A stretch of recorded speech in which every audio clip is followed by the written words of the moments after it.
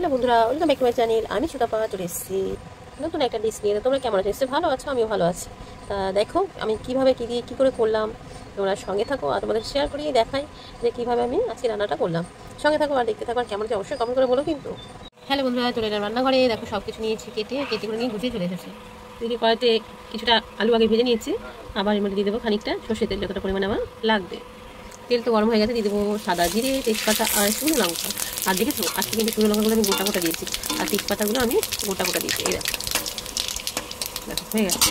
এবার কেটে রাখা আলুগুলো দিয়ে দেবো, একটু ভেজে নিই,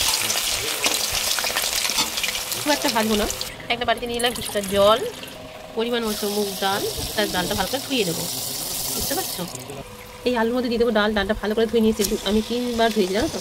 আমার মা বলতো যে কোনো জিনিস 3বার ধুতে হয়। ডালটাকে ভালো করে একটু ভেজে নেবো। তারপরে কি শাকটা কি আর 3বার ধুলে হয়?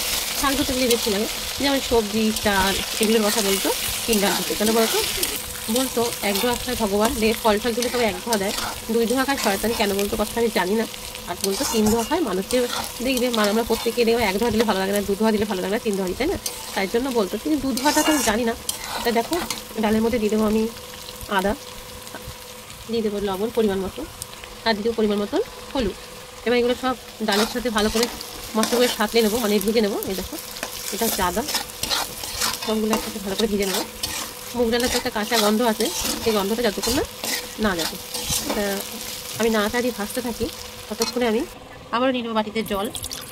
যতটা পরিমাণে চাল নিয়েছিলাম, এই ডাল নিয়েছিলাম, ততটা পরিমাণে চাল নিয়ে নেবো। দেখো এবার ভালো করে এটাকে ধুয়ে নেবো। আর এখানে নিয়েছি দেখো আমি গোবিন্দভোগ চাল, এটা ভালো করে ধুয়ে নেবো। এবার এই ডালের মধ্যে চালটা দিয়ে দেবো। এবার সবগুলো একসাথে ছাঁকলে নেবো। তোমরা কি এরকমভাবে করেছো কোনদিন? তাহলে অবশ্যই করো। আমি সিম্পল করেছিলাম, আজকে আলু দিয়ে করছি। কেমন লাগে তোমরা অবশ্যই কমেন্ট করে বলো। আমি এদিকে বসাচ্ছি, আর আমার মা মেয়ে বলছে, মা খুব সুন্দর গন্ধ করেছি, জানো? আমি বলছি দাঁড়া, সবই তো বসাচ্ছি, এখন তো হয়নি। তাই বলছে, কেন বলতে এই চালটাতে তো খুব সুন্দর একটা সেন্ট আছে, তাই না? তারপরে যেহেতু আদা পড়ে গেছে, সেন্টটা বেরোবে, ঠিক না? খুব একটা ভাজবো না, ডালটা ভালো করে ভেজে নিচ্ছি, চালটা খুব একটা আমি ভাজবো না, জাস্ট সবটার সাথে মেশানোর পালা, বুঝছো? ঠিক আছে, হয়ে গেছে। এবার আমি দিয়ে দেবো এর মধ্যে পরিমাণ মতো জল। যতটা চাল ততটা ডাল দিলে জিনিসটা খেতে বেশি ভালো হয়, তাই না? তাই জন্য আর জলটা তোমরা পরিমাণ মতো দিয়ে দিও, বুঝে শুনে। যে কোনো তরকারিতে আমি একবারে জলটা দেওয়াই বেশি পছন্দ করি, সেটা ভাতেও তাই একবারে দিয়ে দিলাম কিছুটা টমেটো, আর দিতে বেশ খানিকটা কাঁচা লঙ্কা নেড়ে করে। তোমরা শুনলে বলে ওরে বাবা রে, নেড়ে করে এখানে বলতে গেলে 20টা কাঁচা লঙ্কা আছে। আমার লঙ্কা দেওয়া দেখে কে কে ভয় পেয়েছো বলো? আর এটা তো এখানে অনবরত নাড়তে হবে যাতে নিচ থেকে না লেগে যায়, তার জন্য। আর দেখো কি সুন্দর কালারফুল হয়েছে লঙ্কা টমেটো দেওয়ার জন্য, দেখতে পাচ্ছ? আর এই দেখো এই পর্যায়ে আছে, দেখেছো? অনবরত এখন নিয়ে যেতে হবে আস্তে আস্তে, আলগা হাতে হাতে। কেমন লাগে আমার রেসিপি তোমাদের অবশ্যই কমেন্ট করে বলো। এখন দেখে মনে হচ্ছে কতটা জল, যখন চাল আর ডাল ফুটে যাবে তখন জলটা পুরো পরিমাণ মতন হয়ে যাবে। এই দেখো। আর আমাদের বাড়িতে জানো তো, সিদ্ধ চালে যদি খিচুড়ি রান্না করি কেউ খাবে না। ওর বাবা খাবে, কিন্তু ছেলে মেয়ে খাবে না। তার জন্য আমারও অতটা ভালো লাগে না। তার জন্য সিদ্ধ চালে খিচুড়ি আমাদের বাড়িতে হয় না বললেই চলে, জানো তো? লঙ্কা দুটো পাশাপাশি খেলা করছে, দেখো দেখো না দিদি দিতে আমার হয়ে গেছে। আর দেখতে পাচ্ছ জলটাও কি সুন্দর সেম সেম হয়ে গেছে।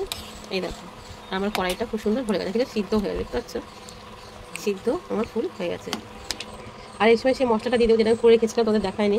জিরে, শুকনো লঙ্কা, ধনে, মৌরি সব রকম দিয়ে শুকনো খোলায় ভেজে তারপরে এটা মিক্সিতেই করেছি। এবার এটাকে ভালো করে মধ্যে মিশিয়ে নেবো ভাজা মশলাটা। ভাজা মশলা দিলেই ভালো হয় খিচুড়িতে। এইটাকে ভালো করে এবার সবের সাথে মিশিয়ে হয়ে গেছে। তো এই সময় দিয়ে দেবো কিছুটা এলাচ, যেটা থেতো করে রেখেছি, ওটা ভালো করে মিশিয়ে দেবো। তার সাথে দিয়ে দেবো কিছুটা ঘি। হ্যালো সবাই, কেমন কি করছো বলো? এটা কি কে বলতে পারবে বলো?